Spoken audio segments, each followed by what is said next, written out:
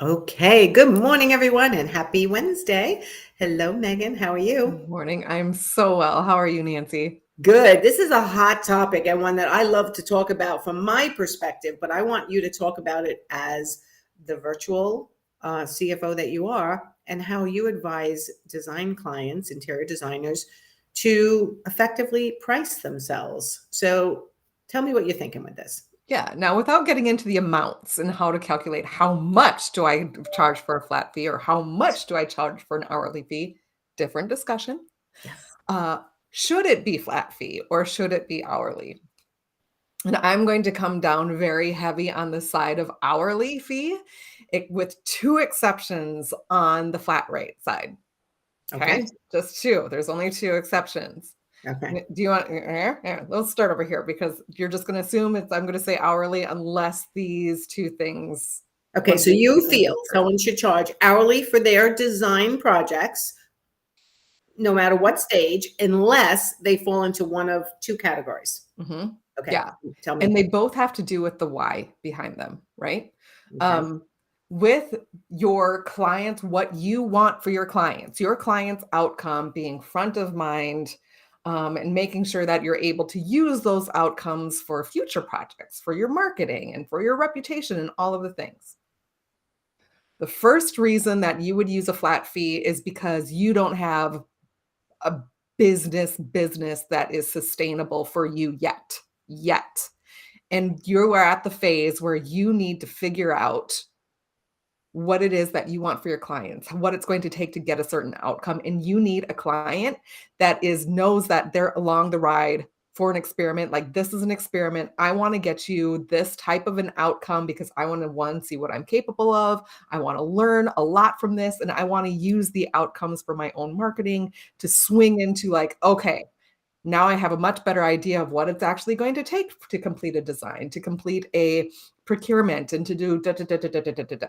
so you're saying that a newbie, a newer designer, someone who's not yet understanding about how possibly how long it takes them, or that they don't have the systems and the processes behind their business yet, that they're learning. And because they're asking this client to come along on the learning journey with them, I'm going to charge you a flat fee instead of Yes. hourly, get you this outcome that I can then use the pictures, hopefully get a testimonial, and learn as I go. Yes, because the angst that can come along with, like, oh my gosh, I thought this would take 5 hours and it's actually taking 40 hours of, like, do I bill them for this? Do I don't bill for this? Like, all of the internal angst that comes along with it. Like, this is not a profit making. We're not about making profit at this point. This is not what we are doing. We are understanding your style. We are understanding your empathy with your clients. And you are buying an education at this point. Okay, but I Like, hope there's a little profit in there because you need money to continue to grow your business. oh, So absolutely. so Absolutely. But that gets into a whole discussion of what you need from your business versus what you need to provide for your business. yes. Okay. True. So Different so discussion. different discussion, different discussion. So this is you buying learning. You're buying an education. Hopefully you're right out of the gate that, you know what? Yeah, this design is going to take 20 hours. It took about 22 hours. A flat fee worked out for everybody. Great outcome for clients, great outcome for you. It But if scares you're me. It scares me a lot because the newbies don't really understand that. Sometimes they don't understand that they think something's going to take 6 months because they think they're looking at a really good decision maker. Mhm. And then they didn't read that client properly and realize now this is a year and a half project. And oh man, I'm never going to get this done. Okay, so let's talk about that relationship with that client then. If you were to go hourly on that first project out of the gate where you don't know what's coming, you're sitting down with the client at the beginning of the project and you're saying, okay, I think it's going to take about 6 months. We're going to charge hourly. And then at month 8, and you're still charging hourly and you're not even halfway there yet. What do you think that relationship with that client is like? Well, it depends on whether the designer like did everything right, and the reasons why it's delayed is outside of their control. But I hear you, and I get it. It's still scary Mhm. though that they Oh, could it's all really scary. misjudge, which is why, I mean, listen, I coach people every day, so do you. There's guidelines they can use to do a great guesstimate. But I hear you. Like, if the outcome is no matter what this client throws at me, I need this project for my portfolio, for my this, my that, my other thing, and I'm willing to take whatever this client throws my way. Maybe they're a friend of a friend, a family member as a starting point. Then you're saying, okay, it's $20,000 soup to nuts. I'm going to do it all. And now you pray for the best that you didn't underestimate. Well, $20,000 project straight out of the gate, first project, that would be awesome, I guess. Okay, But my mind kind of goes something smaller. Like if I'm working with a newbie designer and I have an expectation of this living room, you're gonna help me pick some furniture, you're gonna help me pick some colors, whatever this may be.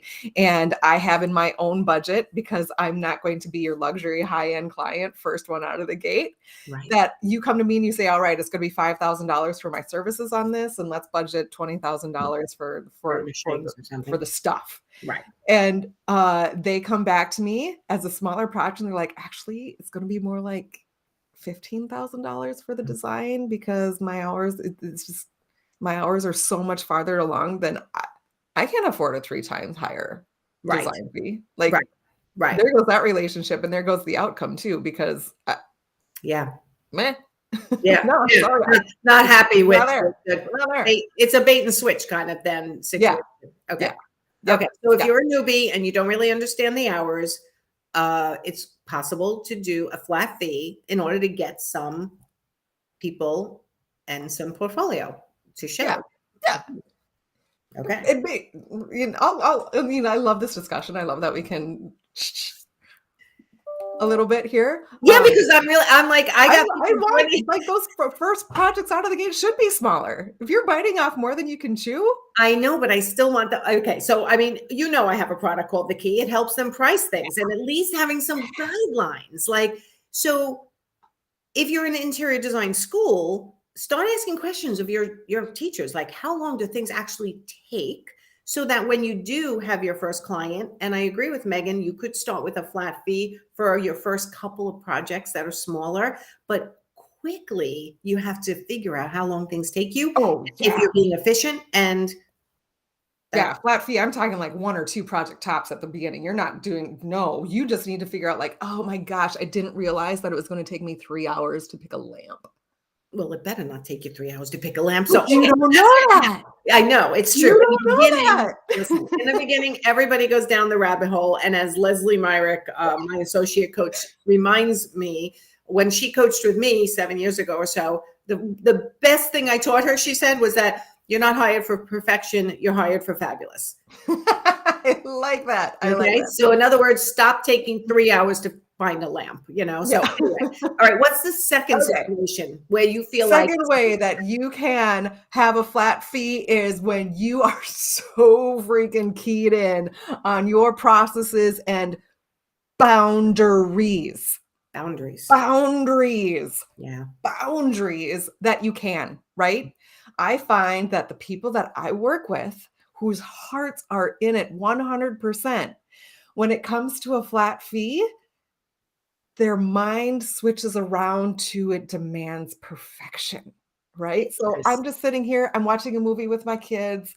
I'm just going to be looking for this perfect leather ottoman while we're just watching, and I'm not going to really bother about the hours because it's fine. It's fun. It's something I enjoy, and I want it to be perfect. Whereas hourly, you are trying to be more conservative with like, okay, hang on a second. I need to get this done for this client. I need to make sure that this is economical, like you're much better at we're good enough. It's still wow. It's glamorous. It's fantastic. I can't find that. It's meeting their needs on that ottoman. It meets the needs. Yes. It's going to be fantastic. Whereas like, I don't like the way that seam sits. I think I can find the right ottoman with just a different seam around the edges that's just going to really. So when you go from hourly into flat fee, being able to say, nope. So what you're really talking about to me, what I'm hearing is you've got to be self-disciplined. Mm-hmm. If you're going to go flat fee Flat fee. You have to have your boundaries set, your scope of work clear, and you have to have a lot of discipline and processes in place that keep you very efficient so that you're maximizing your profitability with that flat fee, Yeah. which I 100% agree with, by Yeah. the way. Not And until you know your numbers, though, like you yes. said, and have your boundaries set and Yes. have your process down pat. Then you can change. Now, we discussed before we went live, what I teach is flat design fee, variable project management fee. Flat design fee allows you to maximize your profitability in the design phase if you can do a really good job of getting your process and procedures and your sourcing with boundaries down to a science and a time constraint for yourself, like forcing yourself not to go, I got to keep looking, I got to keep looking, I got to keep looking, right? Yeah. And learning to keep your meetings and be a really good leader to keep your meetings on target and precise and not blah, blah, blah, blah, blah, going on 4 or 5 hours. Yes. Yes. I love the strong leadership. Going into a relationship with an interior designer, people don't know what they're in for. They don't know what their responsibilities are, and it's not often very well communicated. Like, we're gonna meet back here in 2 weeks, and I'm going to have the mood board ready for you. Okay, great. And after that, what's going to happen is that I'm going to go start procuring, and I'm going to find specific items to fit inside your budget. I do not need you to go. What's going to happen is that you're going to be really tempted to go search on the internet for this particular thing that came off the mood board, and you're going to find something that you'll probably fall in love with. And think it's just as good or better I think it's just as good or quality. better. But Mhm. here's the thing, that's not the game that we're gonna play, because that's gonna cost me more time, which is gonna cost you more money, right? Having those boundaries and being able to articulate what's coming ahead and even anticipating where the things might go off the rails, where the temptations are going to be for your clientele, and where they're like, they just have a blind spot of like, "Oh, I didn't know that I wasn't supposed to go down and pick a bunch of paint chips. I was just trying to help you out. I was trying to communicate what my ideas are and making sure that you're falling in line with the mood that I want to set." Right, So right. lead them, lead them. Lead them. It's true. So if you're a newbie, sometimes a flat fee, a newer designer who's just starting to try to get assets for your website, pictures, happy clients under your belt to just get started, a flat fee could work because you're giving a defined dollar amount, which often will convince people to go with you when you're a new designer. Yeah. I will tell you then very quickly, once you get your 1, 2, or 3 jobs done in that method, you switch to Hourly, because hourly. Right. And again, I say flat design fee, variable project management fee. So you make sure you're getting covered and really start controlling the design phase and realizing your meetings and your phone calls with the client is part of the design phase. So make sure that you have that built in, and then variable project management fee. And then the other way, which I agree with 100%, once you're a really seasoned designer, meaning doesn't mean you're in business for 20 years. It could mean that you really know your numbers, right? And your systems are solid. Your leadership is good. And what you said, boundaries, setting your boundaries. So how do you lead people through trying to get this done when you meet with them? I show them the math of how it's been working out for them. Like, okay, how many hours have you been working? What are you charging for them? What is that actually in reality? What is your true rate that you are making per hour? Yes. What are your people charging? Because often your employees will submit their hours, and you'll start building the invoicing and like, oh, nope, I'm not billing for that, not billing for that, not billing for that. And there's this little chart that starts with how much I pay my people, how much revenue that those people are generating, and what the profitability is on those particular people. And oftentimes that number is either break even or negative. Mm, And employing a person, the only costs are not employing the person. There are many more costs that come along with it. The overhead of your business, right? Like, sure. you can't hire people dollar for what they bring in. No, plus your time training Yeah. with the team. Yeah. Like, this is what people don't understand. And this is why when people come to me and say, well, I charge less for administrative because I only pay my assistant $25 an hour. So I only charge $35 an hour for admin work. And I'm like, no, your hourly rate for your company is $150. That person, if they're working on that client and it's a billable item, they should be being billed out at your company rate. This way you're making money having Yeah. that employee. So it's showing them, show and tell, right? Like, it's one thing to sit down like you and I are right now and understand the numbers, but to see it and to see it in graph format and to see what that does to future earnings and future cash and all of the things, to be able to see it in chart format, to see it name by name, month by month, what's actually going to happen is a different story. And that's usually where the aha, like, oh, I do need to raise my prices. There's one part of knowing you need to raise your prices. And then there's like, oh, that's why I need to raise my prices. I see it now. That's the Yes, difference. that's the difference. Okay. Recap for everybody, and then we're saying goodbye.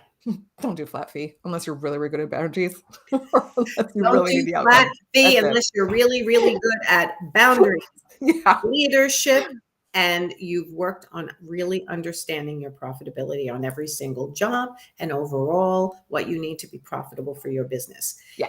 People stay in this non-profitable mode for 20 years. I have people in my programs that have been doing this for 20 years.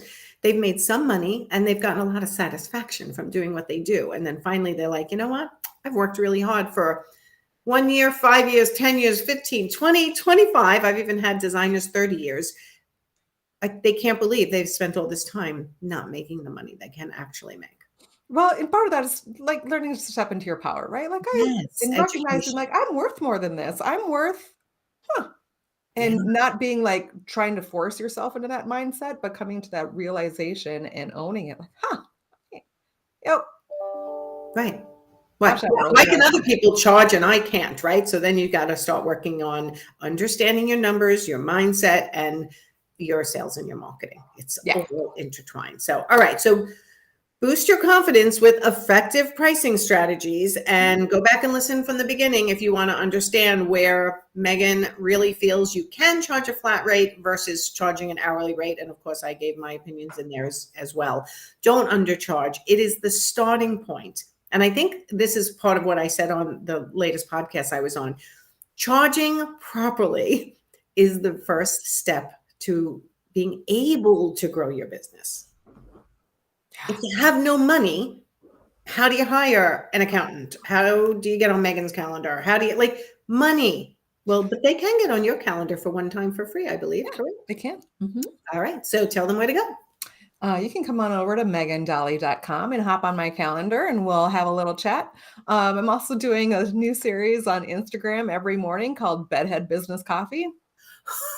I gotta go watch that. It's the first thing I do when I get up in the morning and I grab my coffee and I sit in my kitchen and I tell people what I've been ruminating on the day before and how that helps out their business. So, And is your hair a mess? oh, it's bad. Oh, I can't wait to watch. Okay, tell her your Instagram handle. Megan Tyler Dahle.